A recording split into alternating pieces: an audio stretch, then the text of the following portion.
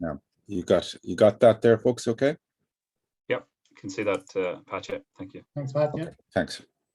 So, all right, and just again, for GDPR point of view, we are recording, just to be aware of that, and we have your permission to do so, and we'll be sending it to Darren and Peter, and it's for your specific purposes, such as you require after the event, and just to be advised.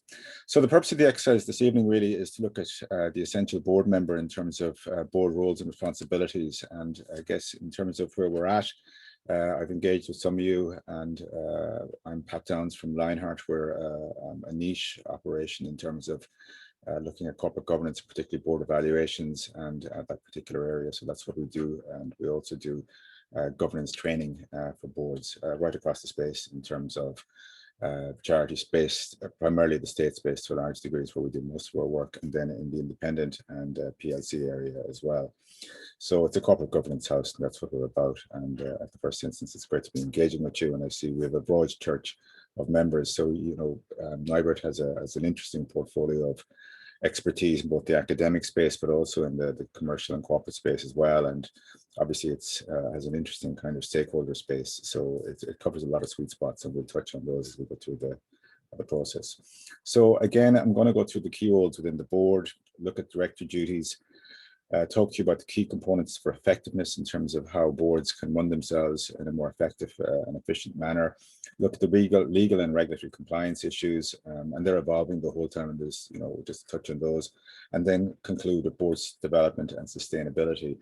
And when we use the term sustainability in this, we're talking about replenishment as opposed to the greener hue of it. But, you know, I would note that, and we'll touch on it later, for example, ESG has become a huge issue across the corporate world over the last 24 months and is escalating at a rate of knots. And I suspect when we trade out of the pandemic and go to a more hybrid role moving forward, that ESG is still going to be a very material factor in terms of the corporate world. So very quickly, as I said, we're going to go through the governance frameworks, board structures, what they are for, what they do, how they work, look at your roles and responsibilities, the compliance, as I said, have a look at the principles for effective board meetings, and I'll let Andrew in there. Strategic leadership is a very key component of it. Have a look at risk in terms of oversight and risk appetite. Touch on evaluations and reviews, and indeed you've undergone one yourselves in the not too distant past, but there is a requirement. And again, I would say at the outset that I'm doing this through the prism of the state code as an overarching umbrella, just to kind of give you that cadence and that resonance. Now, we also have the Companies Act underpinning all that, but because you touch, I suppose, in your endeavours in terms of stakeholder engagement, some of that, so we're kind of doing it through that prism. And we're looking at the end in terms of some common mistakes which boards make and how they avoid them, and some of the internal pressures involving directors and executive teams and so on and so forth. So what does good governance mean?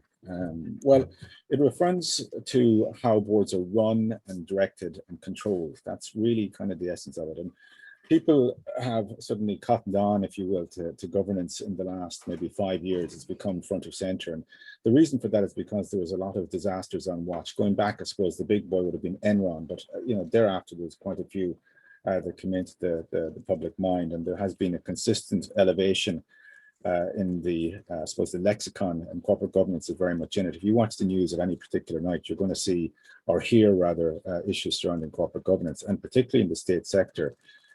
It's become a big issue. So, for example, for any of you that serve on state boards, you will see in the criteria that there is a requirement for experience in corporate governance is pretty much a common theme. When you look at the past, the public appointment system of the state boards, that's very much front and center now. So it's not something new. I often say, whilst it is more in the common parlance in the lexicon over the last 5 to 10 years, you know, the first codes that we would be generally familiar with coming from our childhood, and they go back to I suppose to the time of Moses and so on, which were the 10 Commandments. They were the first recorded, codified ones that were being generally used, the 10 Commandments. So there, you know, there's a long history of people operating to rules and codes and so on. So it's not today or yesterday, and I suspect it won't be tomorrow or the day after that we'll still be engaging copper fastening and integrating codes. And again, that legislative piece, what I said to you at the outset as we touched on that, but it's an evolving issue.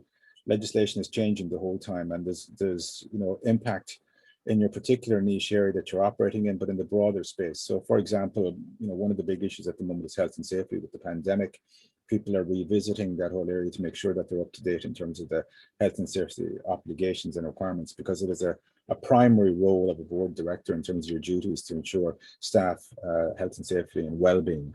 And again, to that lexicon, if we were looking at terms that have come right up to the forefront over the last 6 months, well-being has rocketed up the line in terms of people's awareness that this is a primary issue, and it's become front and center on board agendas. As a case in point, well-being is up there, and people are asking that question about employees and how their well-being is.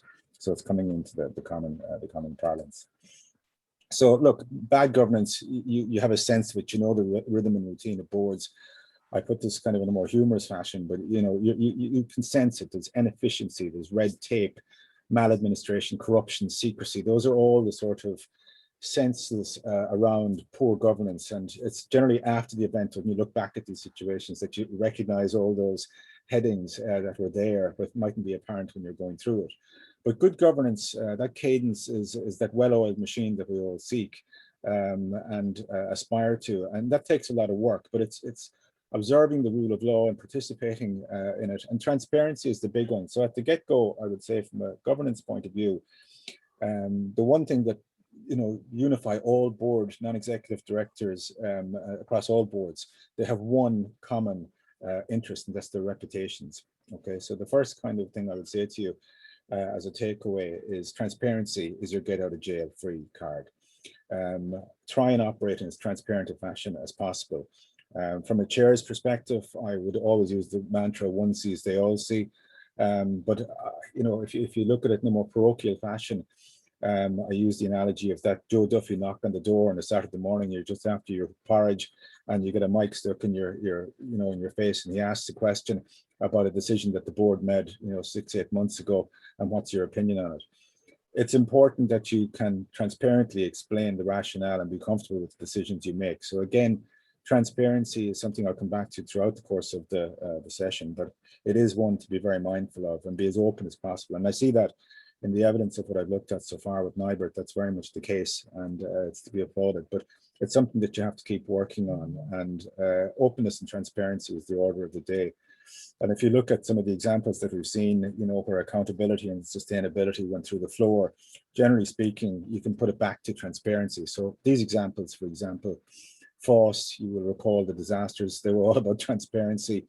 Anglo-Irish Bank, it's only 10-12 years ago. AIB and Bank of Ireland, unfortunately, are still working their way through with kind of more regular issues where they have banana skins, the dirt tax, the overcharging, all the various things that have occurred with them. And Irish Nationwide, which was only in the news again last night or so, where they were doing a thing on whistleblowing, and some of you may have seen it. And whistleblowing is a huge issue in terms of that. You have your policies in place, but it's something to be mindful of. Charities, the landscape is littered. Console, CRC, Rehab, St. John of God's, unfortunately, Oxfam, they've all had disasters on watch. Again, transparencies. I mean, even the Boy Scouts, unfortunately, came a cropper, through dreadful malfeasance and issues that arose. But again, it was because of that lack of transparency. The Catholic Church, it's an ongoing and terrible saga. And again, that whole area. Credit unions, maladministration, ducking and diving, hiding behind things. Their auditors have a lot to answer for. And then you come on to, as Peter mentioned earlier, the FAI, the gifts that keeps giving. So, I mean, that's going to run and run and run. And the Olympic Council of Ireland before that, if you remember, the skipper of the Olympic Council was taken out of his pajamas, I think, out of a room in Brazil or wherever it was. It's not that long ago. And, so the landscape is littered with it. And that's why we're here this evening, to actually just touch on the reason why you want to do corporate governance, to protect yourselves from being on those sort of lists. And again, if people apply common sense at the get-go and be reasonable and ask reasonable questions, I think that actually can help a lot, because there are no bad questions on a board.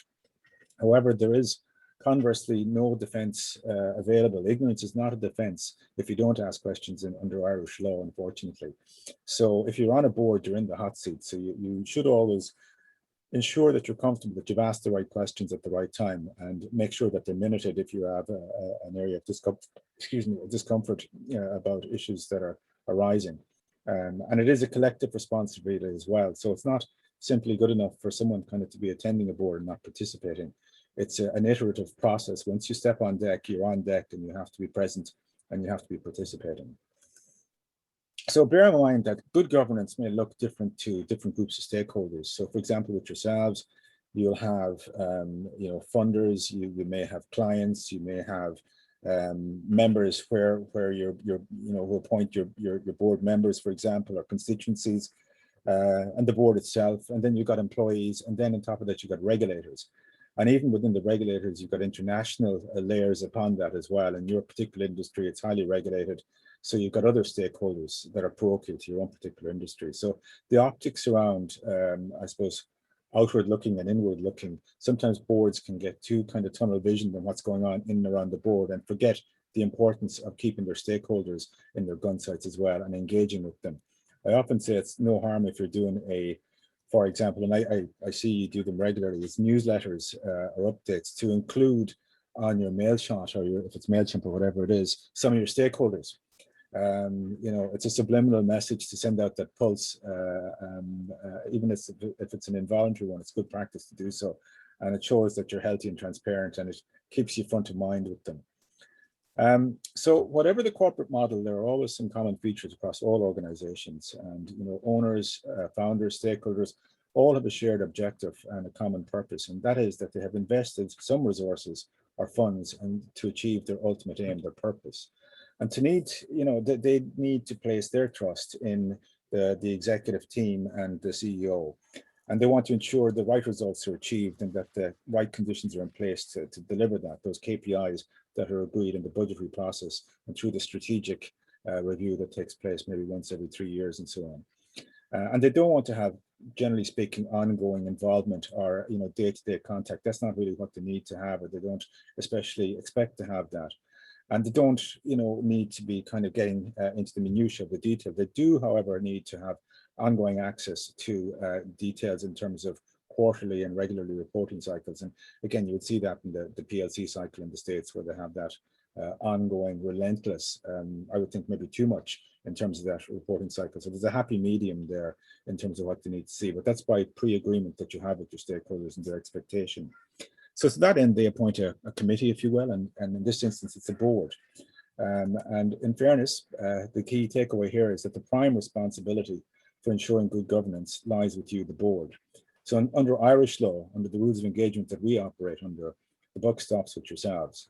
And collectively, you have the duty of care for the exercise and commission of the endeavours of NIBRT. That's the way the cookie crumbles on this one. And I suppose it's an onerous duty, but it's a wonderful duty as well, because it allows you be very much involved in the creation and growth and establishment of a positive industry and organization. And this is a book, I just put this up because I know some of you are avid readers in this instance, and I would say that it's worthy. If insomnia hasn't got you through the lockdown at this point, it's probably worth kind of getting. It's called The Fish Walks from the Head. And it's a good book. It's quite readable, and it covers a lot of the ground that we'll be talking about. But it is that intangible which we speak of called culture, and it's that tone at the top that the chair often sets and the CEO reflects as well. It's that tone, that culture, and how it comes from the top. It doesn't come from the bottom. It's people do as they see. So that's where leadership comes in, as opposed to management, and that's a good book to have a look at. So being a director of NIBRT is not about being a cheerleader. They don't expect you to be out there kind of banging the drum and beating the drum. And in any event, with the new rules and regulations since 2015, with the Lobbying Act and the provisions within that, you need to be careful in that space anyways. And if you're talking to politicians or people that are on that kind of particular list, there's an obligation in terms of the reporting cycle now. So, there's sensitivities around that. However, what we do need you to be is kind of very much over the whole direction of the organization, the control of the organization, and the accountability of the organization. And sometimes, boards can step back and divest themselves of or maybe confuse their authority in terms of what they're actually about. But that is the essence of their responsibility, and that's the direction, control, and accountability of the organization. And it's, you know, it's not about just ticking boxes. It's about attitude, behaviors, ethics. So, for example, even though I've said to you, and I'm very happy that you are kind of on silent mode tonight and kind of stepping back a little bit to listen more carefully to this. When you're at a board meeting, it's very important that you're present and being reflective, and people can see. Now, one of the challenges that boards are facing in the virtual world, not even in a hybrid model at the moment, is that whole dynamic in terms of board engagement in virtual platforms. And we can talk to that separately, but you know, it's a common experience, whereas in the past you came together, you had a sense of the body language at a board, people's resonance and their cadence, and it was those intangibles that the chair was able to pick up on the tone or the mood of the board, or the company secretary got an essence of, you know, what the mood of the board was. It's very hard to read a room in a virtual room, and that eye contact can be hard to establish, and it's a different experience. So mastering that in of itself has its own challenges for a lot of boards. And unfortunately, moving forward, I suspect we'll be in a hybrid model over the years ahead, where it might be, you know, a virtual board, physical board, a virtual board, a physical board. And I suspect that's going to be the way for a lot of boards. Now, on the plus side, it does facilitate a lot of boards to bring in externals from a broader geographical landscape that hitherto, due to just travel implications and time and so on, mightn't necessarily have been feasible. So it does broaden the sustainable landscape in terms of potential non-executive directors for the future, and that's a good thing. But I don't think you can replicate the physicality of a board meeting, because there is that human dynamic, and that's really where the magic sauce is for boards and how they engage, and you get a sense of the team spirit, and that can only be built up over I suppose getting to know each other over a period of time. So it's that tone at the top I talked about. It's that code of conduct which you have. It's the expectation and board behaviors that you know, how you go about your business when you're together. It's mutual respect. I often say one of the great skill sets of being a non-executive director, particularly in the Irish capacity, and I'm conscious I'm saying this in full flow and talking a lot, is the ability to aggressively listen.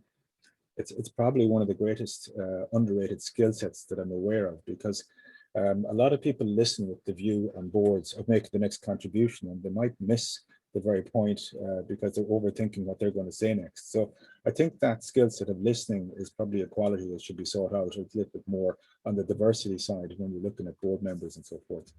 And it's the quality of key relationships in terms of the chair, the CEO, the company secretary. That trifecta is mission critical for boards, and the finance director as well, and the senior non-executive director, and then how you engage with your stakeholders, whoever they may be, and that can be a broad church. And it's the shared ethos, that collective responsibility I spoke to earlier. So look, in essence, it's a way of doing business, and it's a cadence is the word I'm using a lot at the moment, but it is the cadence of the board. And it goes back to that. You can sense a humming board and how it's getting on, because it's efficient. And we'll touch on, you know, the management of the actual commissioner boards in a little bit, and some of the tips and tricks in that area. But it's not, it's the everyday process that you should be doing anyways, that should be built into the DNA of the board. And I think you have a lot of those building blocks well insulated and well in place in NIBRT, such as I can see. So again, when we look at the OECD, probably as a good overarching guidance, and their kind of overview will be reviewing and guiding corporate strategy. Strategy is probably your number one mission. And a lot of you are serving on multiple different boards, and you know this. It's your primary mission is actually strategy, setting the strategy and agreeing the KPIs that deliver the tactics that the executive team and the CEO get to deliver that strategy, that vision, that value, those principles that you've agreed. And again, agreeing the major plans of action, setting risk management policies. For example, risk management is a huge one at the moment, business continuity planning. We do a lot of that. And as I was saying to Darren and Peter, if you were to ask me literally this time last year, had I seen pandemic on any of them in terms of business continuity planning, so I have to put my hand in my heart and say no. And we were involved in writing some of them. Had I seen kind of aircraft hitting factories? Yeah, for sure, I had seen that. We'd seen bombs kind of, or explosions, and all that sort of stuff was all in there.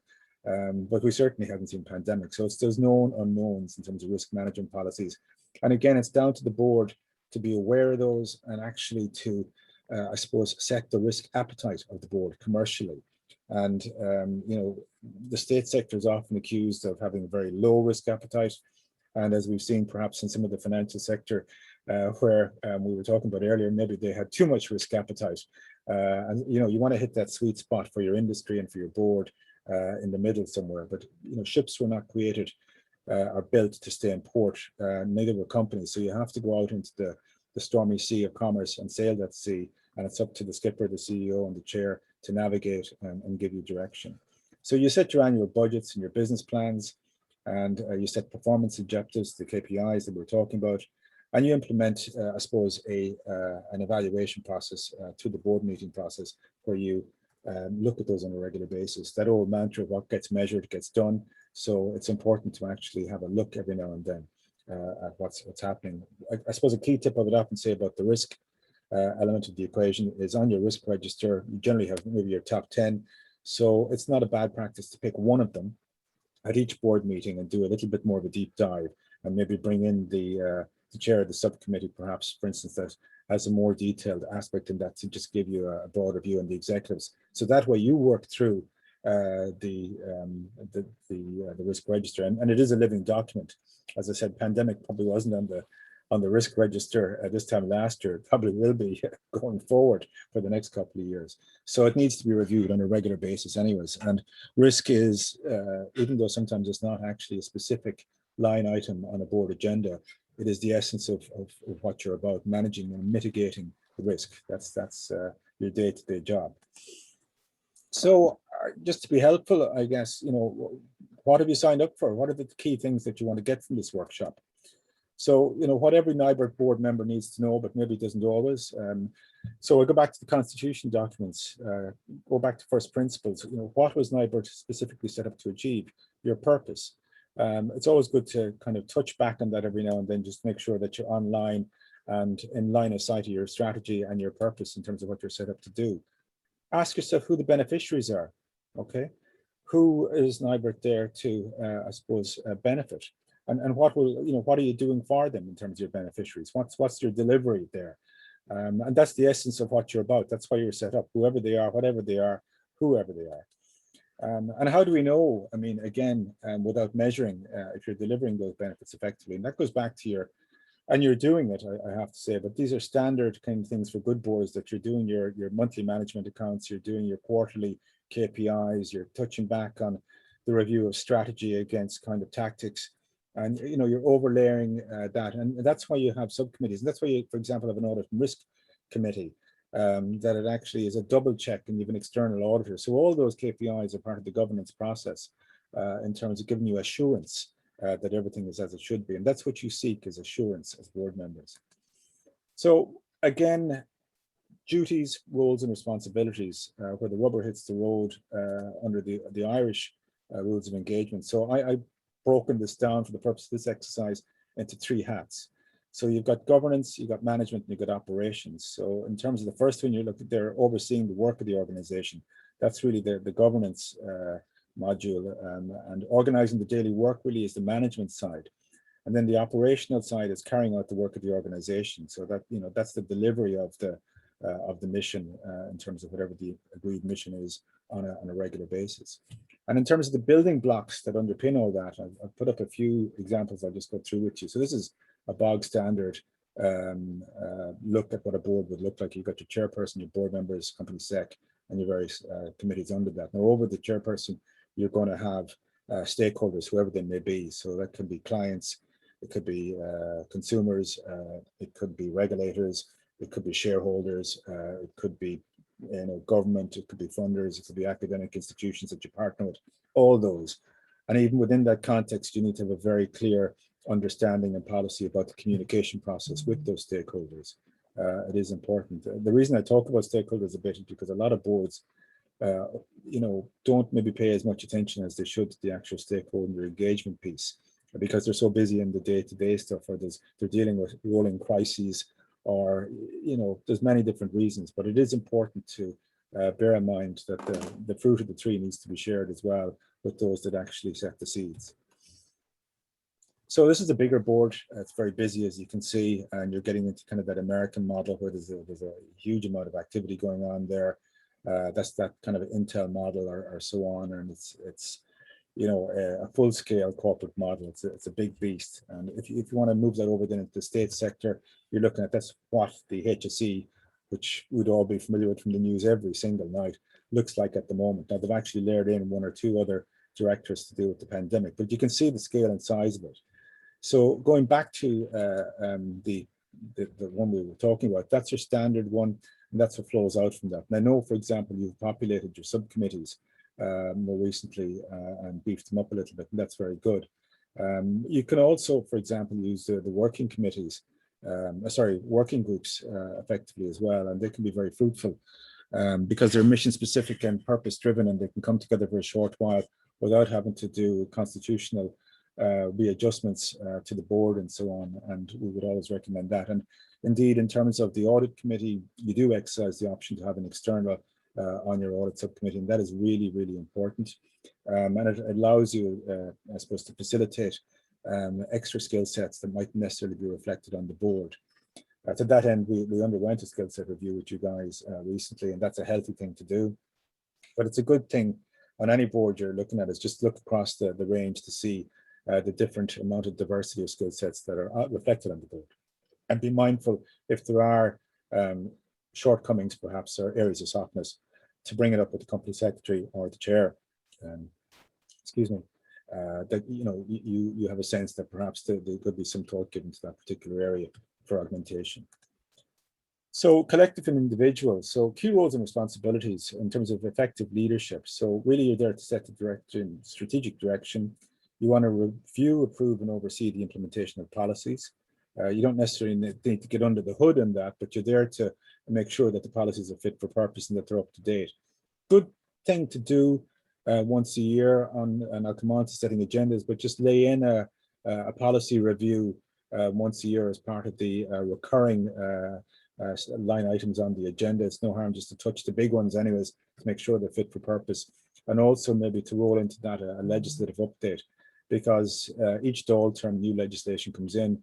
In your specific industry there'll be legislation, but equally in the broader context there'll be legislation coming in the whole term. So for example, GDPR, whistleblowing, those are more recent ones, but there are ongoing ones, and there's more coming down the track.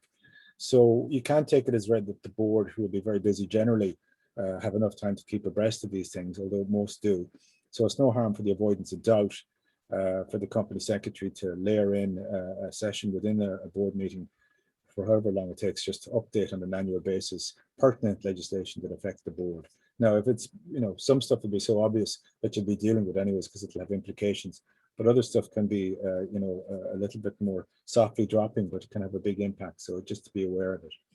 And again, to review and approve and monitor the strategic and annual plans as we discussed. So you're there to provide adequate resources as well and ensure that there's adequate resources. It's that ongoing concern piece of the jigsaw that we talk about when you see the annual report. And that really kind of is very, very important, because your duties are to review the financial performance. You need to adhere to policies and procedures in terms of that space. Again, that the CEO is in place and that appointment is fit, and it's a probate process that's gone through. And again, that there's a succession plan in place in the event that, unfortunately, a bus comes along unexpectedly and someone falls under it, or the CEO decides, is due for retirement or whatever it is. So that's a duty of the board in terms of the adequate resources and the planning and succession and sustainability in that space as well. And, a big one is to safeguard the organization's reputation and well-being. So even when you're not in lodge on the board, it's important to bear in mind that people will be looking to you as a NIBRT board member if you're speaking on subject matters, and particularly out in the public domain. So biggie Cormac in that space. And I know you have some policies in this place, but probably best to, have a policy in place if the media ring, as I think you do, to have a procedure in place and who to step it back to, and who speaks for the board. It's generally the CEO or the chair in the first instance, but just to have that agreed and be aware of it. And again, most of this should be covered in your induction when you're onboarding, so that'll be part of your onboarding pack, that those ground rules are laid out. And as I said, most organizations, it's the company secretary that you touch to if you have queries in this space, and they're generally the repository of corporate information as a general rule of thumb. And you have a collective responsibility. That's the other one. It's in the Irish context, it's unusual for boards to go to votes. It happens. More generally speaking, if there is disagreement at the board, it can be minuted that there was, a confluence of opinions, but that there was some perhaps that didn't reflect the ultimate concord, and that was fine, and they can be minuted, but it rarely goes to a vote. I think it can happen, and it does happen, but if it's happening regularly, you've probably got an issue that's a bigger issue than the particular issue that you're voting on. So that's just a kind of a thing to be mindful of and be aware of. It's, I suppose, on a health check basis, it's a collegiate exercise, and it goes back to that culture of the board. People get a sense of the mood and the will of the board and the risk appetite. You shouldn't be kind of having, visceral disagreements over strategy and delivery of it on a regular basis. It's fine to have a robust debate on issues, and that's what you're there to do. But equally, there is a cadence and there's a logic to it. So your specific tasks, we touched on this with Darren and Peter. You have a schedule of matters reserved for the board, and that's been reviewed, and you're looking at that, and that's an annual thing that you look at, which you default other activities to the CEO and the executive, and but there are some primarily that must default to the board, and often that's to do with procurement over certain levels and appointments and so on. So adherence to accepted accounting standards is mandatory, and they're very much laid in. The annual financial statements, there's a process there, and that's copper fastened by the external auditors, and also the reporting structure that you are defined by your AGM within parameters that you have to do. And again, there's been quite an evolution in AGMs as they've gone electronic and virtual. For most organizations, which heretofore would have had more regular and traditional ones. And I guess, again, that's that communication set piece around AGMs is something to be mindful of, put a lot of work and preparation into. And, the cadence of regular board meetings and committees, those are your specific tasks. So, you're expected to be at the AGM, you're expected to be at the board meetings where, and if possible, you're expected to be there in terms of your subcommittee work. I'll touch on it later, but when we do our board evaluations, without fail, the number one thing that comes back as a consistent bugbear collectively across all board members is time, that they hadn't factored in the amount of time that was going to be soaked up by their participation in the board. And while a board may have 8 meetings in a year, that then has, on top of that, the subcommittees layered above that. So it's not something to be taken lightly. I mean, in terms of your due diligence before you join a board, do it deeply and do it well, and lay in, the time that you're going to be required, and maybe add 25% to it as a minimum, because it generally never actually delivers what you thought it was going to be. You never get out from under the assumption of the basic time that's required.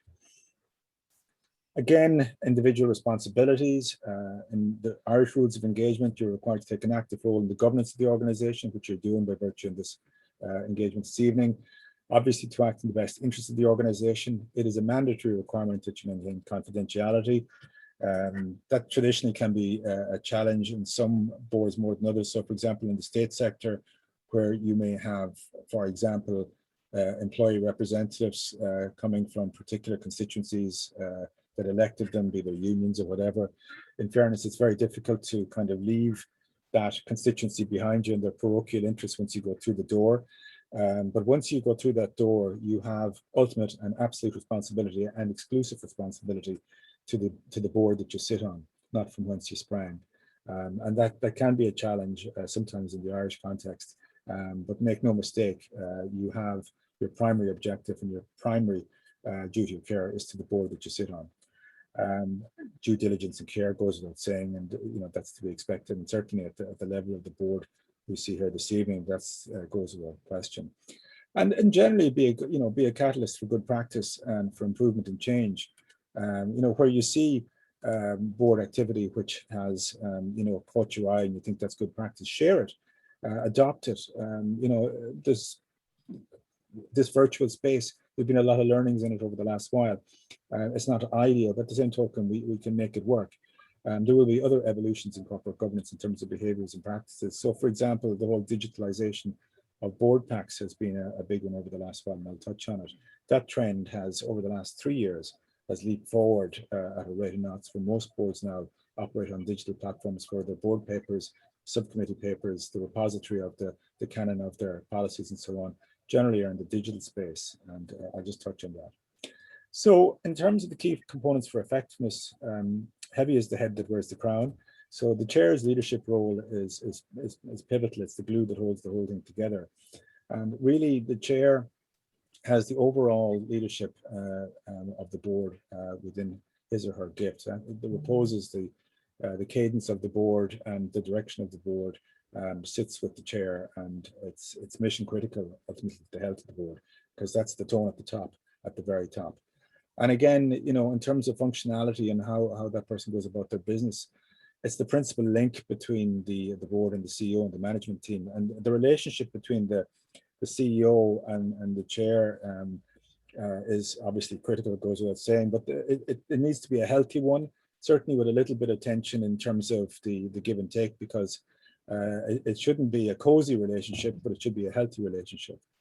So again, the chair is responsible for the board agenda, generally with the company secretary, and that's copper fastened by the CEO, and the work plan for the year ahead, laying out that work plan. And I'll touch a little bit on that, because it's a job of work in of itself. And when you're trying to juggle the board members who are all busy and their diaries as well, there is kind of a little bit of juggling to do there to make sure that everyone gets as much attention as possible, and that they can get as much notice as possible.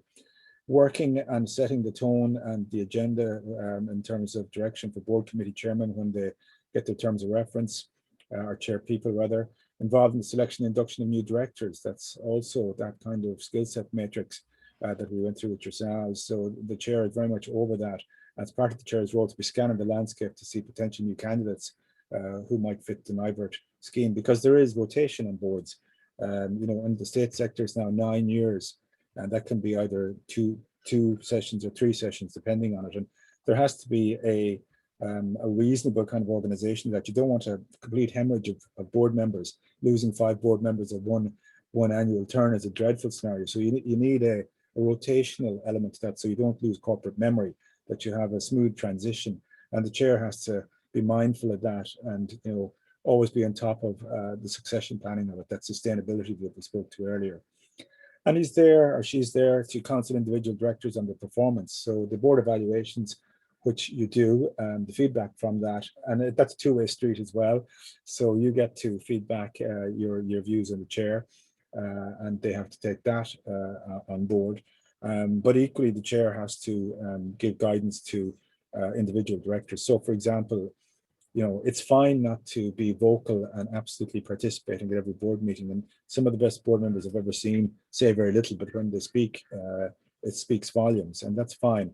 But nonetheless, it's important to speak. You cannot be on a board and say nothing for 4 or 5 years. In the old days, you had the nodding donkey syndrome, the pale, male, and stale, where guys turned up, took the expenses, and never said a word. They just nodded with the CEO, and that's where we ended up with all those disasters on watch. So that's not acceptable anymore. So if you're on a board, you have to participate. And the reason you're on a board is you were chosen and you got through the eye of the needle because you bring some skill set that has value to that board. Make no mistake about it. And if you're sitting on the NIBRT board, you're there because you bring some value. And if whatever that value is in terms of your particular skill set, it's your obligation to share that wisdom when that area of endeavor comes up, because that's what you're there for. That's how you add value. So it is not acceptable to kind of not participate. I'm making a general observation, not a particular observation. So again, participate in discussions, as I said, with investors such as you have, and key stakeholders, and be mindful as a board member of the general landscape, the stakeholder landscape, and hoover up information and feed it back. If you hear stuff that's going on out there that's pertinent to the board and the general collegiate diaspora out there, it's important to feed it back to the chair the company secretary or the CEO, just to let them know, give them a heads up in advance. You're part of the team, so you got to play with the team. And when you're on the field as a board member, you're on the field. So again, you need to manage and provide leadership to the board in terms of that, the orderly operation of the board, as I said, the interaction between the CEO and the board, sorry, double slide, forgive me. So the CEO is there to drive the delivery of NIBRT's mission and objectives. And that in essence, I suppose, cascades down from all the collective knowledge that comes together that delivers in agreement with the CEO and the executive team, the strategic plan. And ultimately, the CEO is there to deliver the strategic plan in a performance measurable fashion. And again, that's, that relationship between the CEO and the chair and the board is pivotal to the whole mission. And, it's the central plank on which organizations operate around. And it's very important that that's healthy.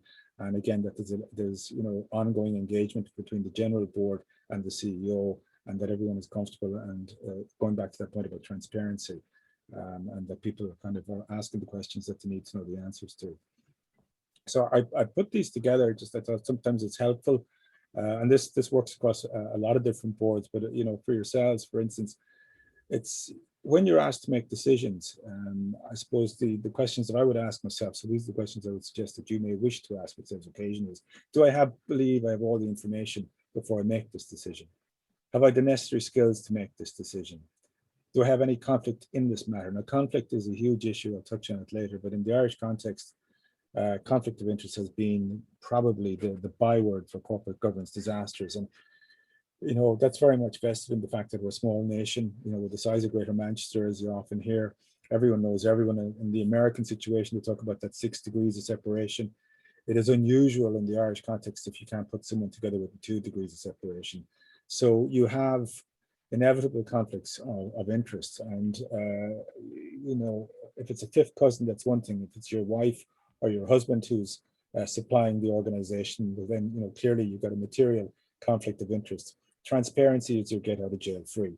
And I'll touch on conflict, but, it's the one consistent issue that keeps coming up, that people aren't managing conflicts of interest. So you will have noticed in your board pack and your board agenda, and any other boards you're serving on over the last 36 months, without exception, well, I shouldn't say without exception, 99% of boards will have, just after the minutes are read, any conflicts of interest. And that's there for a reason.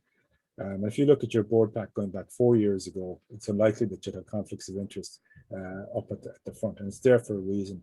And that, looking at it historically, that came out of the whole planning process. And, you're more than familiar with the recent history and the debacle that occurred there. But as a consequence of that planning issue, there was a lot of corporate law kind of came up, but the big boy would have been the whole area about lobbying. But it had a massive impact in terms of state procurement and the whole e-tenders process and how that evolved. And it's much better and much more efficient now. So again, transparency, transparency, transparency. So, ask yourself objectively, is this a rational business decision? And are you bringing independence to that decision-making process that you're coming to and concluding? And can I explain this in a transparent manner? That Joe Duffy moment, always very important that you understand why you're making the decision. And sometimes very complex decisions, require a lot of thought, and ask as many questions as you need to be comfortable before you come to your conclusion. And ultimately, is it a reasonable discharge of my duties? And those are questions that, are reasonable to ask and have at the forefront of your mind to rotate through every now and then, particularly for big decisions. If this is a major corporate decision, no harm to actually touch on those.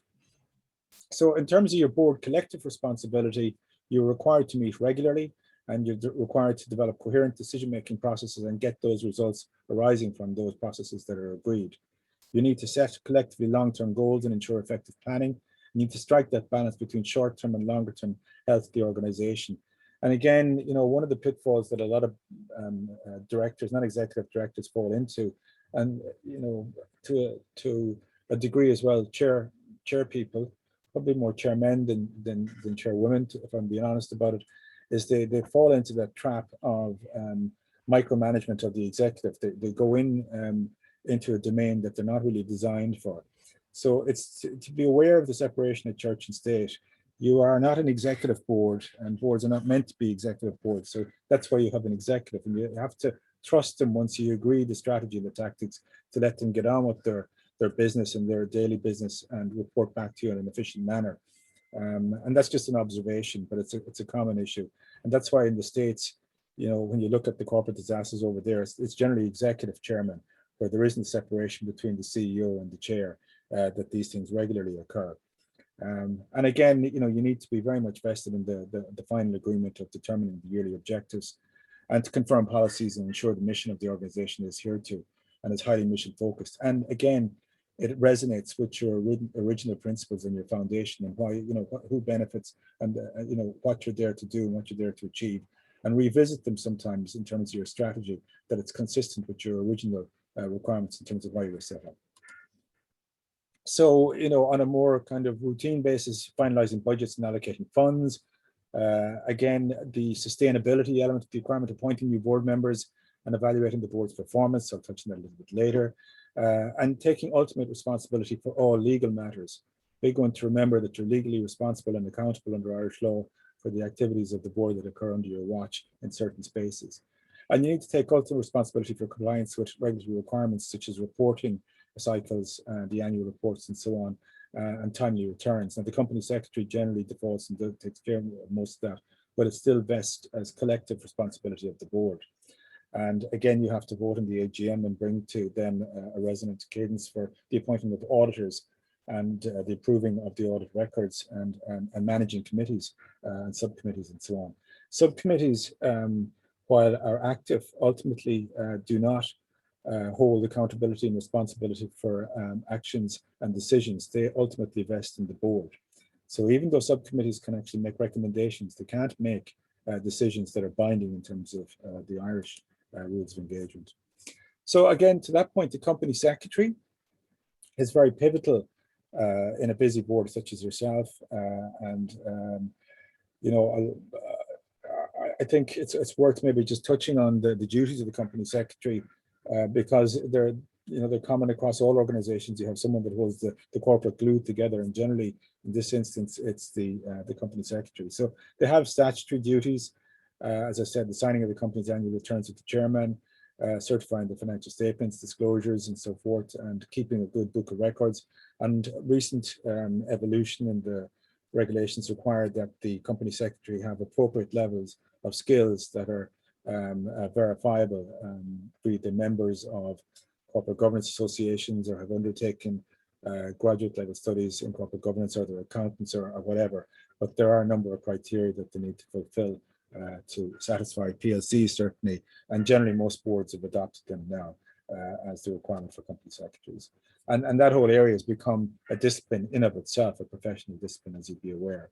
And their main administrative duties is the minutes, and I'll touch on the minutes in a second, but you know, they need to keep the book of records, and they need to be available to members of the company and the board on requirement, and communicating with the company's members about good order and good timing for AGMs, 21-day rule and so on.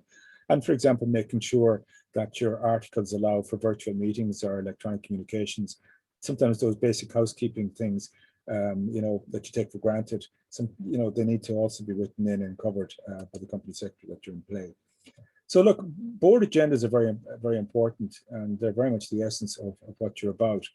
So what a good board agenda should look like: it should have the minutes of the previous meeting, matters arising, actions update. It should, you know, cover a strategic update, the current trading practice and conditions, the marketplace generally, update on major competitors that are out there across the competitive landscape. It should cover an operational update in terms of high-level details of the performance of the company's product or services.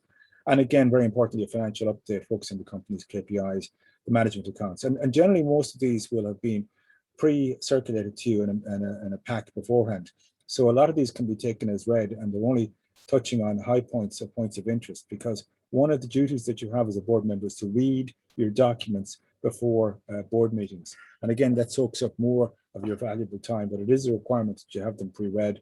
And it's something, I suppose, that a lot of chairs spend time on, is just reminding people to make sure that they have their stuff read in advance. And that's the importance of making sure that at the minimum, they get their board pack 5 days in advance. As a general rule of thumb, you never get anything for decision within a 48-hour window of a board meeting. It can be taken for noting, but it wouldn't be for decision. And the reason for that is you may not have had the time required to give it the due consideration that you wish within a 48-hour window. So again, it's going to cover legal and regulatory updates where applicable, that risk review I spoke to earlier, and the AOB section. And, you know, I would say as a duty of courtesy, AOB should not be used for the deployment of hand grenades. As you know, it's by exception generally AOB is used. And if there is a significant AOB coming, it, you know, as a matter of courtesy, you would normally bring it to the chair in advance to let them know what's coming and just get a sense check from them. And you know, too often we see people using AOB on an ad hoc basis and just throwing hand grenades left, right, and centre, and that's just not really what it was designed for. It's more in the exception than the everyday ordinary of a board's commission of its business. So at appropriate times of year, you know, you also have set pieces in terms of your budget and strategic reviews, and of course, you know, you're going to have your annual external audit process, and equally within that, you're going to have to set some time to get the subcommittee reports, and that can be done, you know, by rotation. That a subcommittee doesn't have to report at every particular board meeting; it can report, you know, through the term of year. So subcommittees might only meet 3 times a year. For example, nomination committees generally only meet twice a year in a lot of organisations, so they mightn't necessarily be reporting at every board meeting. So again, it's important, and it's a real discipline. The real skill set of a chair is running a board to a time and keeping it efficient and running the agenda to order. That in of itself is no easy task. So, you know, any chair that delivers that on a regular basis is to be commended, because that is a unique skill set in of itself. So the responsibility for the board agenda vests ultimately with the chair and then down to the CEO and the secretary. That's really where it's populated. And if people have issues that they wish to surface at boards, they bring it up generally through the, I'm guessing the secretary in the first instance, and that's the normal routine, but they can bring it up informally with the chair and the CEO as well. And they bring that together. And then, you know, it's important to plan the meetings a year in advance so that people's diaries are populated. We generally say agree it in the autumn for the following year, because that way, you know, what you'll find is, maybe you'll find, I should say, is that the first week of January, your inbox is suddenly flush and flooded with, you know, the 7 or 8 different organizations that you may be attached to, all populating and fighting for space in terms of the monthly meetings, which are generally kind of, you know, on the same day, be it Wednesday or Thursday. And suddenly, you know, you're juggling, you know, and trying to kind of make the impossible square peg fit in the round hole. So if you do it in autumn, it gives you a lot more headroom, I find, because you know, you can navigate around, and that's been our experience.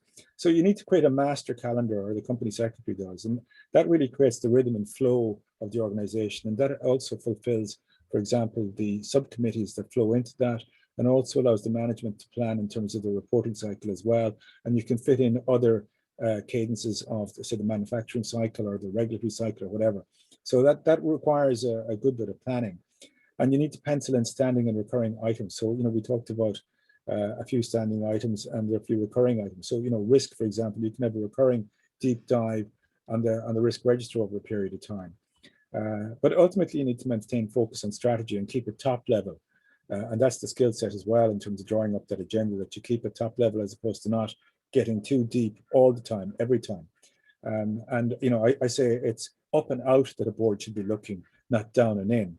And that in essence is really the role of a board right there, to be looking up and out and not down and in the minutiae and the day to day. If you're looking kind of at the stars in terms of where the organization can be going as it's growing and how it's getting on ahead.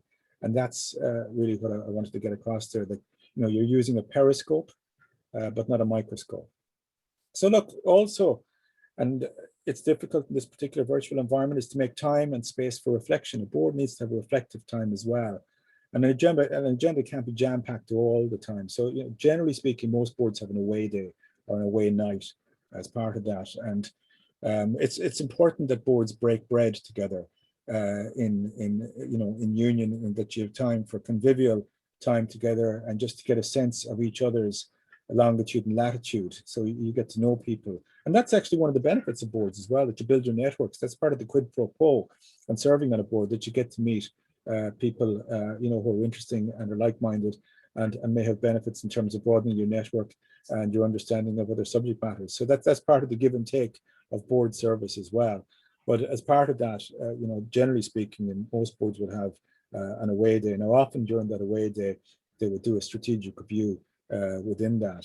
You take the opportunity to step back from the day-to-day tactical reporting that I spoke to earlier and do a more overarching strategic review, and maybe get an external facilitator in to assist the board in terms of how they go about that, and that can be fruitful as well.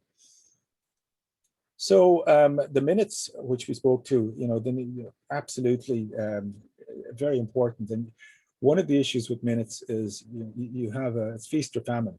So I've seen minutes that record everything that's said and every contribution and who said it and who and she and why and where and so on, and they can go on for pages and pages. And then at the other end, you can see a very kind of Spartan board minute, where a decision on 100 million investment in a facility can be just said, and the board agreed to make the investment of 100 million euros with no particular, I suppose, context. So there's a happy medium.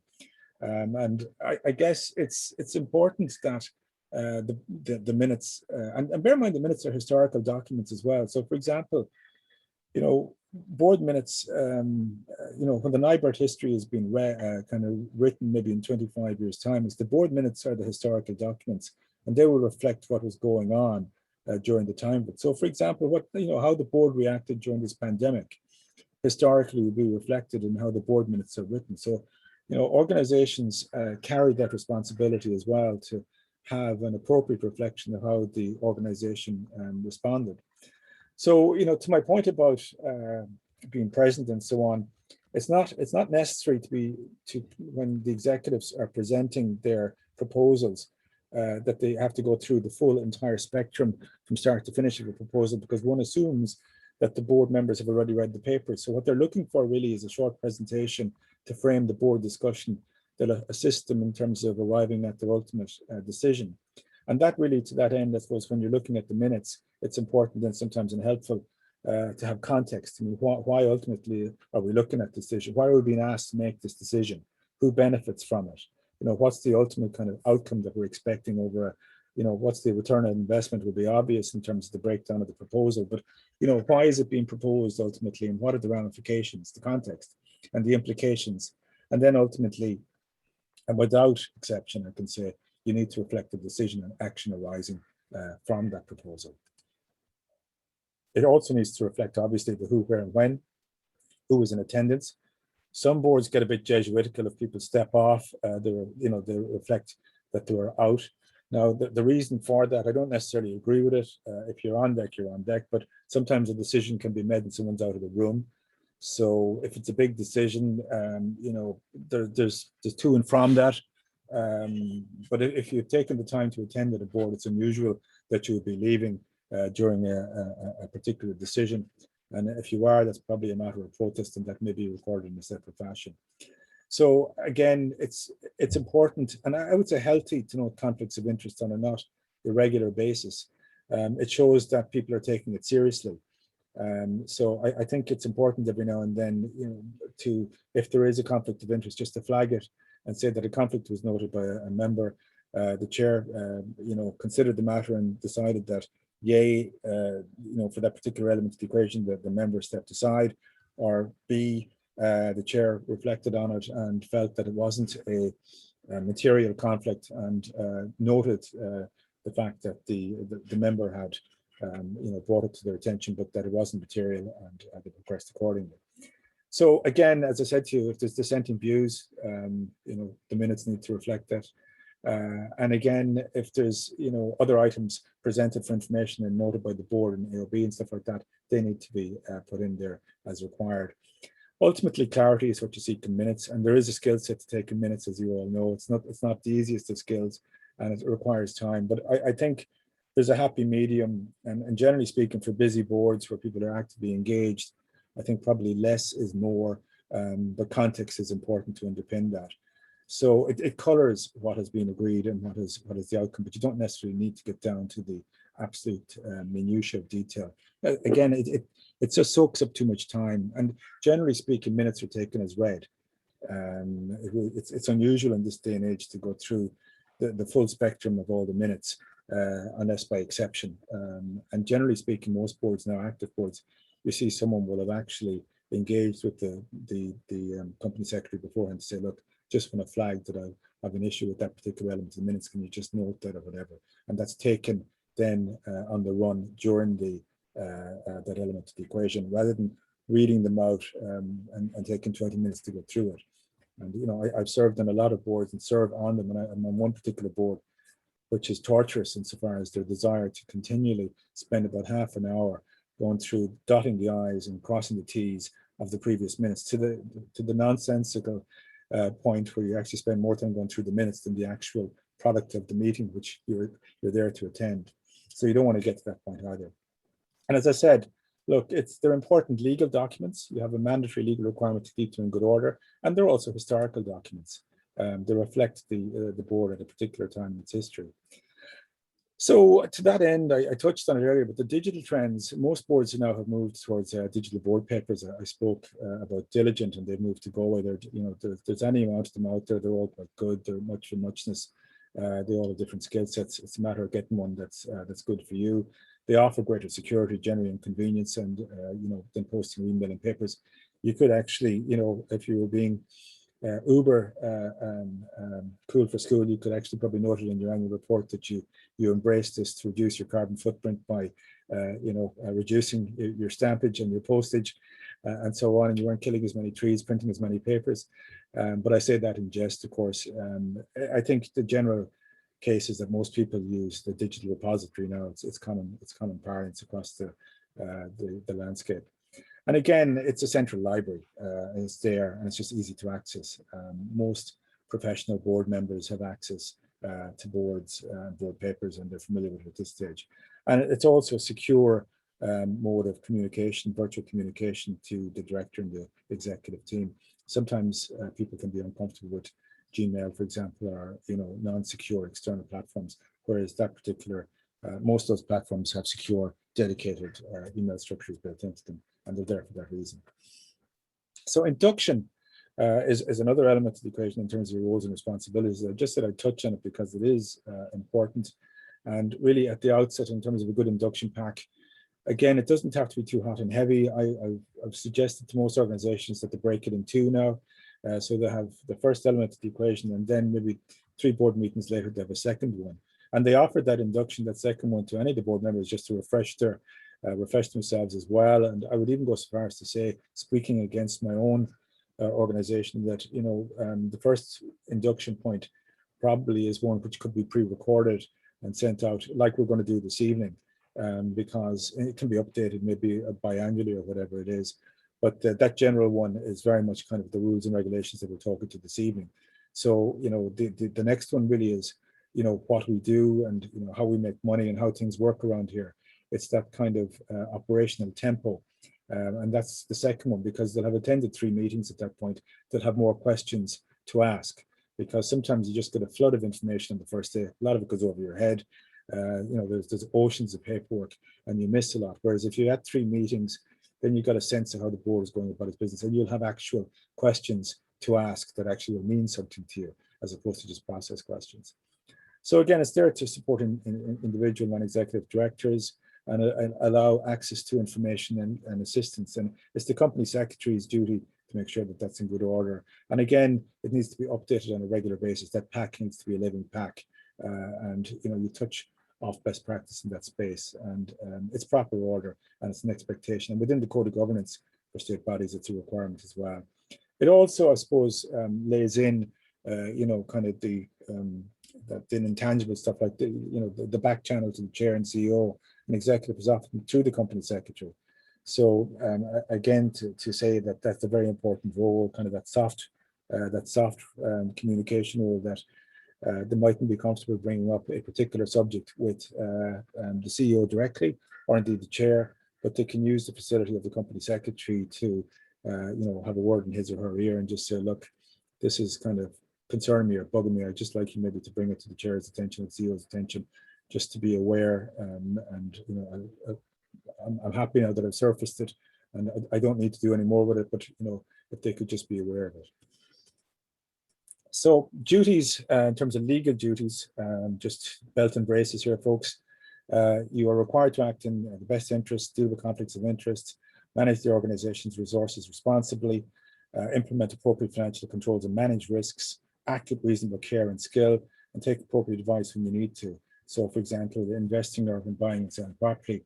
So in the Irish context, as a board member, you are allowed to take reasonable professional external advice as required. I use the term reasonable, but you are allowed within the rules of engagement. That word reasonable care and skill as well under Irish law is one to be mindful of. It's a very vague one. I think I would use the principle of, when you're on board, you're culpable. In the past, people have got away with decisions that were made that, they said they weren't financially literate or anything like that, or they wouldn't have been up to speed in a particular area. That doesn't really wash anymore. And recent courts decisions would have taken a view that if you're on board, you're accountable and responsible for all decisions made, whereas in the past, it would have been a more forgiving environment. I suspect in the future, it definitely won't be. So, be mindful of decisions that have been made, that, ignorance is no longer a defense, as I said to you at the outset. So your individual working duties as a NIBRT board director, you're required to prepare and participate in discussions on the business of the board, foster a positive working relationship with other board members and staff. And that is important, that you touch base with other board members as well. And as I said to you, that's one of the features and benefits of being on a board, that you get to meet another circle of people that you might necessarily normally come into practice with. We all are, vested in our respective professions, and we tend to circulate and populate with the people we know kind of professionally to a large degree, and then through family circles. So participation in boards actually offer an avenue of meeting other people that you mightn't necessarily meet. And that's a good thing. And that goes to that heart of diversity, which we'll speak to later. But it is very important that boards reflect diversity, notwithstanding the fact that the government brought in an annex to the code in September last year that is a mandatory requirement on state boards that there would be an appropriate reflection of over a certain percentage of the gender equation. Now, I would say to you that I think diversity is a much broader church than that. So, for example, you have diversity of youth, you have diversity of intellect, you have diversity of skill set, you have, all the various hues of diversity. All of them bring value and color to a board decision. So the broader and more diverse you have reflected on your board, the better. And that's probably why your nominations and your chair, and indeed yourselves, are part of your subliminal role is to be scanning the environment for potential candidates. So even the fact that the minister ultimately appoints perhaps in board or through nominations and stuff like that, there's no harm in actually kind of telling people that board appointments may be coming up and to apply for them or whatever, and cast their nets upon the water and see where it takes them, because there is a shortage of good people, and voluntary service is becoming an issue, and people are reluctant to get on voluntary boards and boards in general now. It's becoming an increasing issue. I mean, I think in the state board space, there's something like 3,000 state board places the last time I looked, and they're having recurring issues with populating some boards because of the reputational risk aspect for sure, but also because of the time element that's required as well. And you would see that in the past where appointments which hitherto would be placed very quickly are actually being re-advertised for certain boards, which is something we wouldn't have seen in the past. So again, your individual duties is to review the compliance with relevant material laws. You are required to keep up to date on your personal development and training as opportunities arise. And again, it's a duty of the chair to make sure that appropriate training, aka this evening, is provided on a not irregular basis. Generally, as an annual thing, it's good to do a session like this just to give people a rolling update on what's what of corporate governance, and be accountable to the funders or stakeholders for the programs and services provided and the funds expended, and monitor and evaluate the effectiveness of the board through a regular review of programs and services. And underpinning the whole hierarchy there really is to provide candid, constructive criticism and advice to the executive. That's really kind of where you add value as well, that advice. in terms of teasing out the decisions and the proposals they're bringing to you. So legal and regulatory compliance, the big boy in the block here in Irish is the Companies Act 2014. I'm not going to go through it in forensic detail. You'll be happy to know. Mostly, I guess, will be relatively familiar with it. But ultimately, directors' fiduciary duties are now formally expressed through the responsibilities and the impact of that legislation. It's in play. Most people will be aware of it. And again, I've touched on most of these already.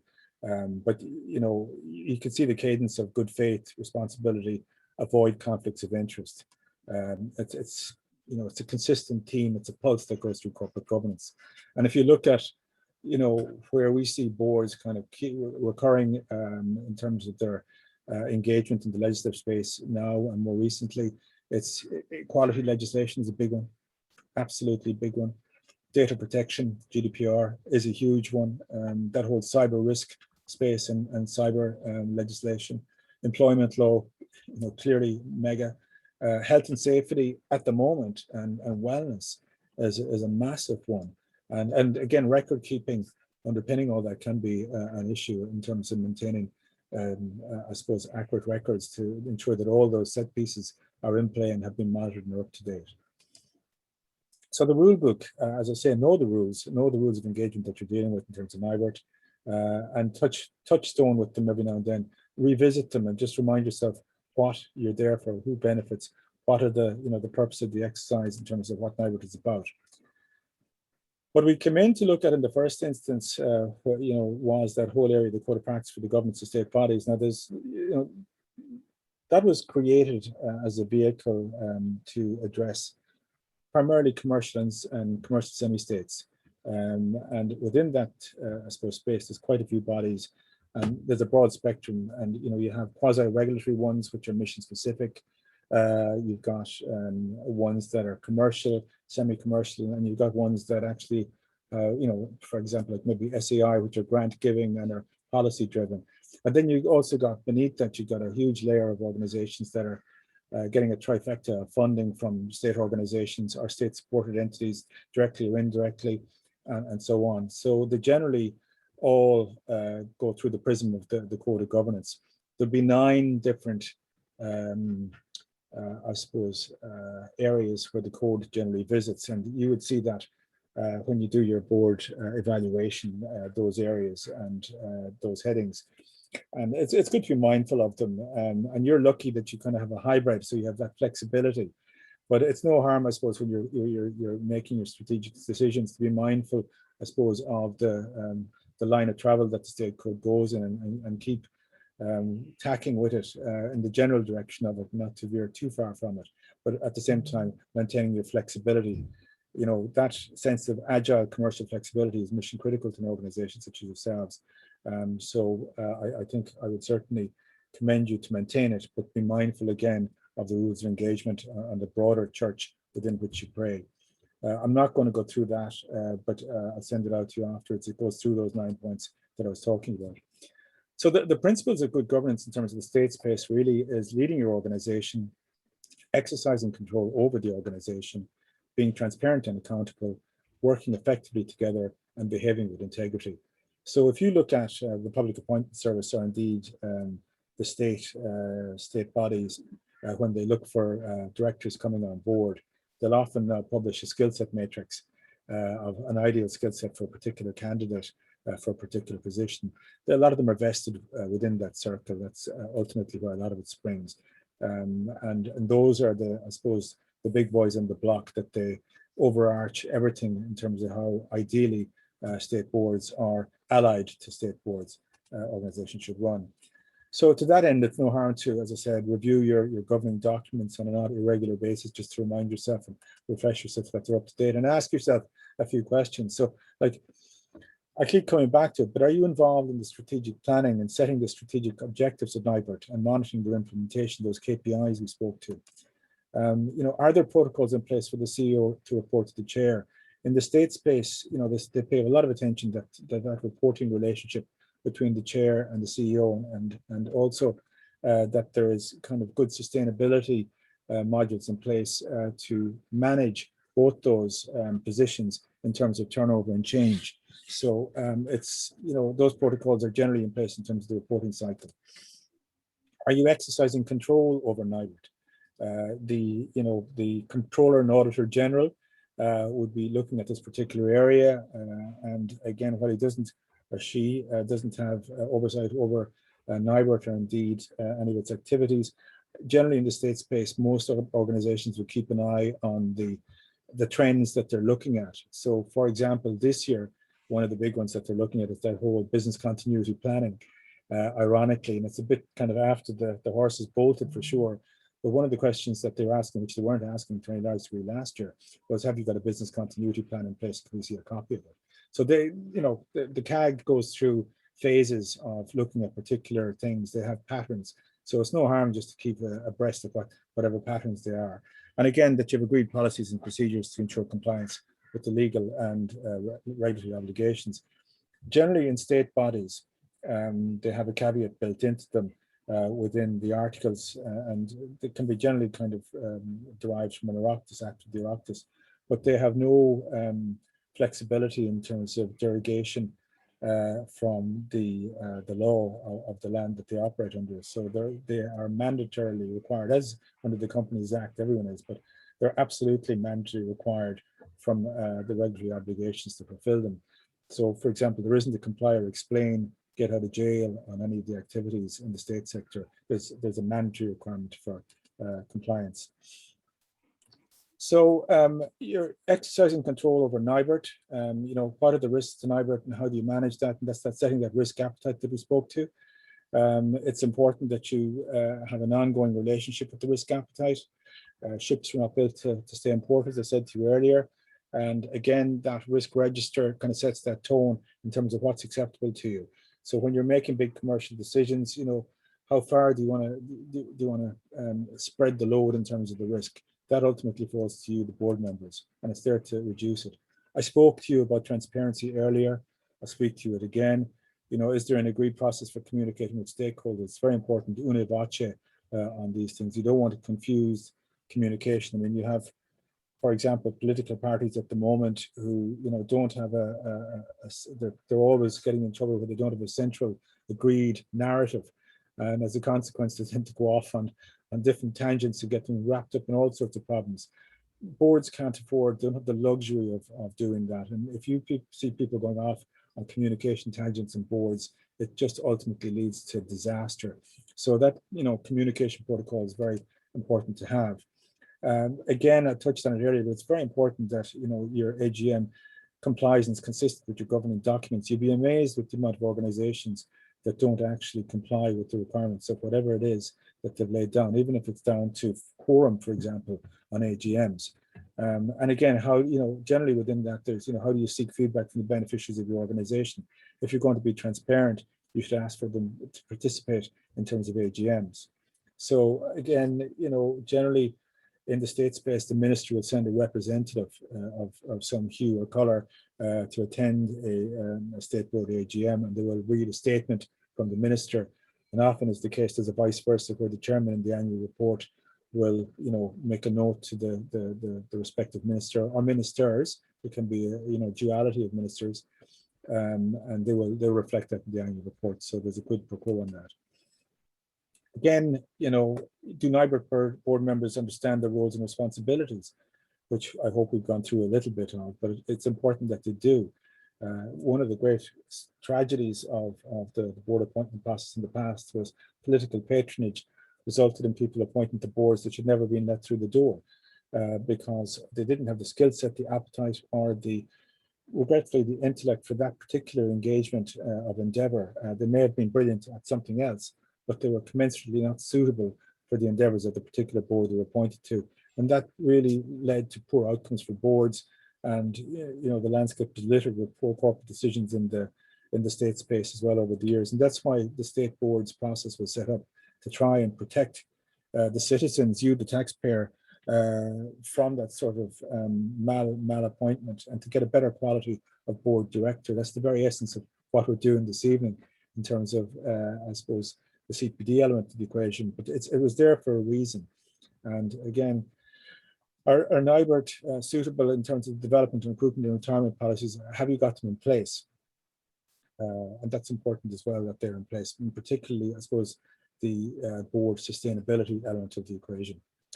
So one of the key points that I know I don't have to mention to you, but I'll just say it generally, is that it goes without saying that board members should behave with integrity, and respect and honesty and the ethics. And I think the Uachtaráin, actually, when he came in his first rotation to the Rs, actually had one of his themes was ethics, as I recall.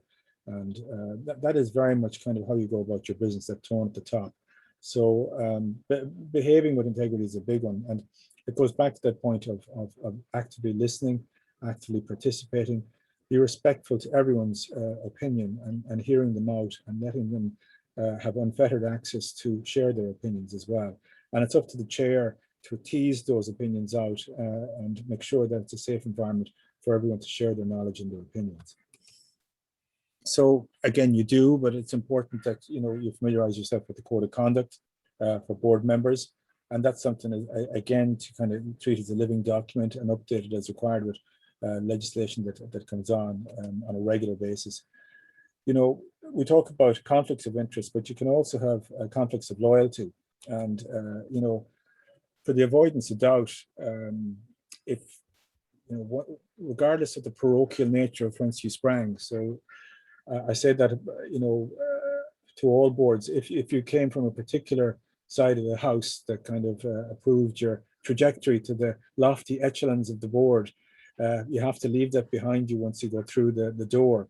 So no matter where the grouping was that you came from or their particular interests, you have to act with independence and integrity, which you will when you go through the door, and you have to leave that behind you. So that conflict of loyalty issue is as much a challenge sometimes psychologically as the conflict of interest, which can be a material one. And I think sometimes get lost in the lexicon of corporate governance. But conflict of loyalty can be a big one in the Irish context as well, because it's everyone is not that far removed or interrelated down the line. Fifth of kin is not uncommon. While we're not really going to funerals at the moment, we all know you go to a funeral and you bump into people that are second or third cousins. It's a small population, so conflicts of loyalty can creep in very quickly, and you need to guard against it. So there's procedures in place for dealing with conflicts of interest and loyalty. I'm not going to go through them. I'm happy to go through them in a bit more detail if you want, but I think you have them as well. But for the avoidance of doubt, you can't be an ostrich sticking your head in the sand about conflicts of interest and conflicts of loyalty. I am touching on it a fair bit, you'll notice, but it is a huge recurring issue across Irish boards. And it's not a box ticking exercise in terms of good governance.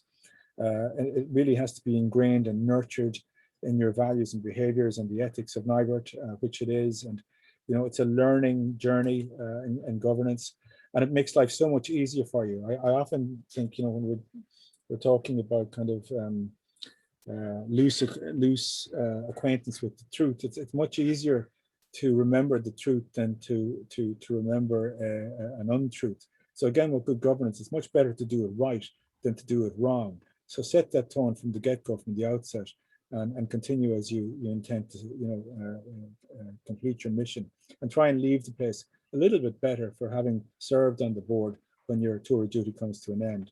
So it's about aiming to do the right thing always, and regularly checking back that you are, and seeking out that, I suppose, appropriate feedback from the chair and your fellow board members. Take soundings and just get a kind of an appropriate tone warning every now and then. And it's a journey. It never ends, unfortunately. It's a bit like life. It's part of that Camino of governance. When I finally sit down to write the book, I'll call it the Camino of governance, or maybe the Tour, rather, in the Irish context of governance.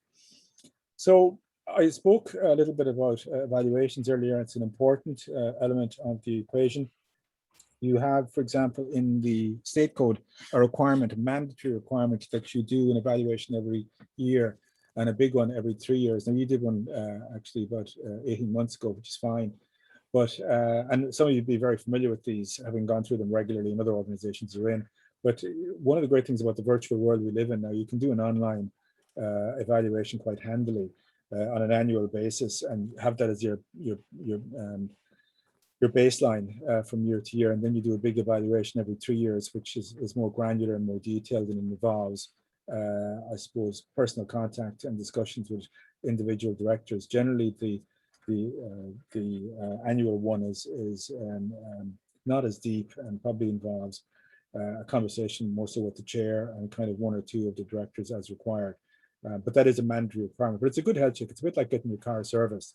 You do it once a year, or you go to the GP for an oil and water once a year. It's a good thing to do. And you know what? It affords people an opportunity to vent any frustrations or surface any kind of particular issues that they may have as well, or indeed add value in terms of making some observations in terms of how they feel that the board may work more efficiently. And they're done in a completely confidential manner, and they're reported back holistically. So now you would expect us to say this, but we would highly recommend you do regular board evaluations. So again, it's an element in the equation.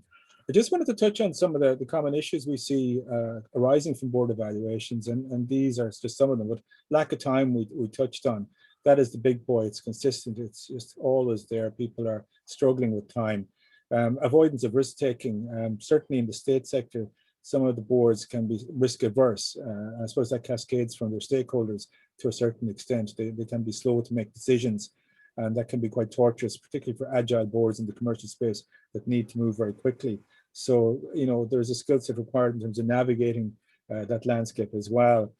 You know, lack of members' involvement in the strategic process can be challenging sometimes, and other board members can get frustrated if collegiate board members aren't participating as much as they should be because they feel they're carrying too much weight. And that's, you know, human nature.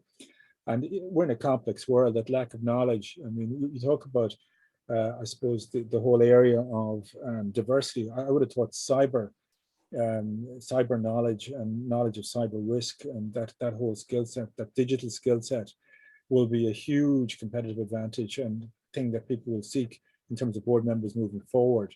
Those digital natives that are coming up behind us, if you will, who are very comfortable in the digital space, will be, you know, mandatory to have one or two of those on the board moving forward. So, you know, we operate in a digital world now. That's just fact of the matter. The train has left that station. It's long gone. But that's not reflected generally across boards, that you have a particular director who has unique digital skill sets. So micromanagement I touched on, you know, that's a perennial issue where committees, for instance, you know, their oversight is just that. It's not management and getting involved in under the hood.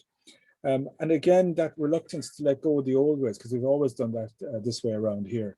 So it's important to embrace kind of new aspects. And you hear that term, a new normal, over the last year, like pivot is another word we hear a lot of.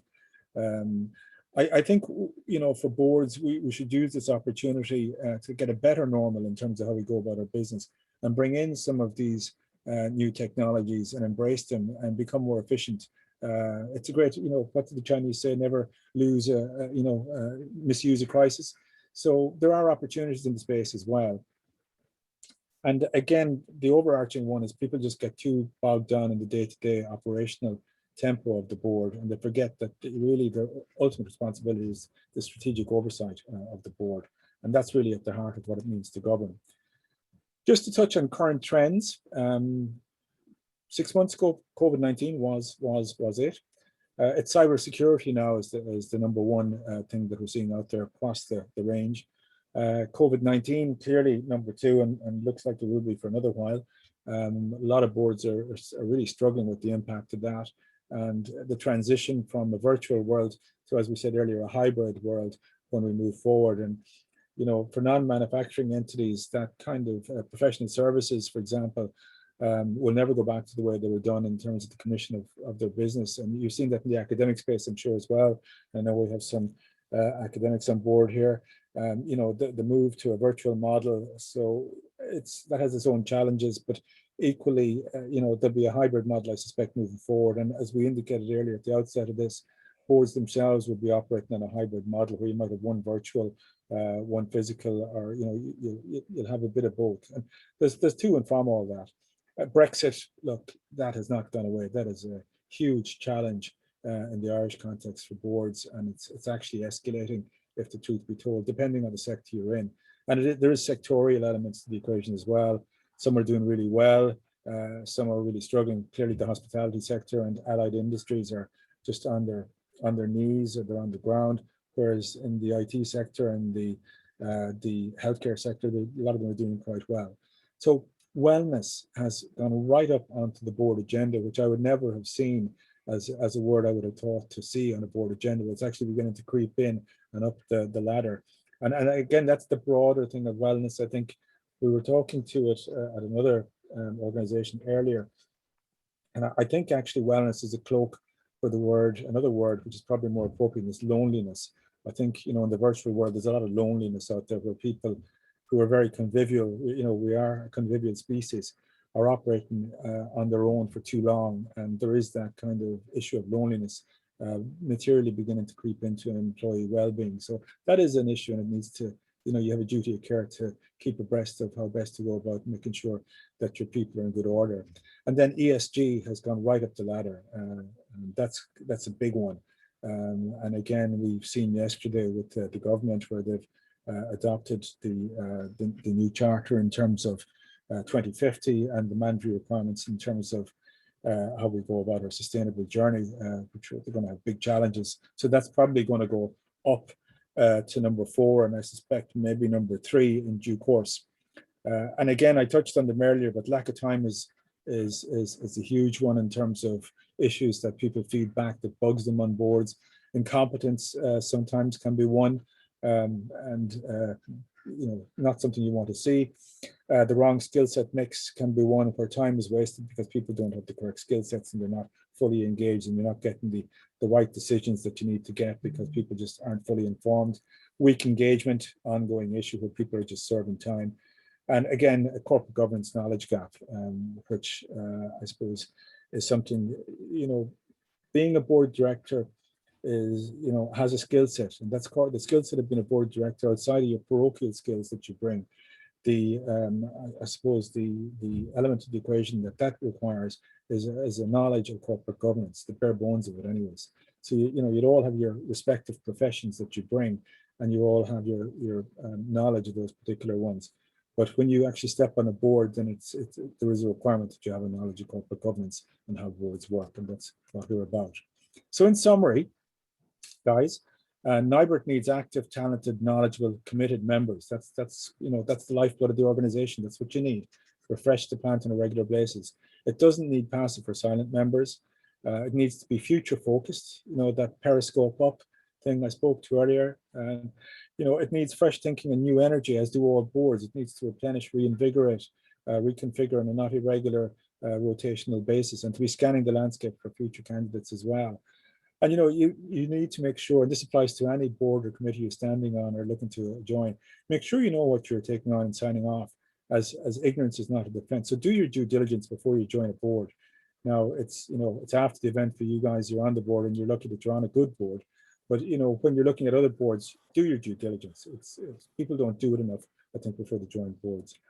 And again, finally, play your part in building a sustainable governance platform for NIBRT and ensure the organization goes from strength to strength long after your term is over. So, Sinna Will, a Cara Galair, that's my presentation to you this evening. I'm conscious I've gone a little bit over time and I apologize for that. But we nearly brought it in under the line for 9 o'clock. And I hope I addressed a lot of the issues that arise in the corporate governance spectrum. Now, if you have any questions, happy to take a few of them, but equally, if you want to ponder and reflect, if you want to email them in, happy to take them in due course as well. Thanks, Pat. Very, very helpful, very informative. I have a list of things that we can certainly learn from and improve on. So we'll try to follow up on some of those nuggets of good ideas. I think that can help us to strengthen. But thanks for the support, and thanks for doing it expeditiously as well.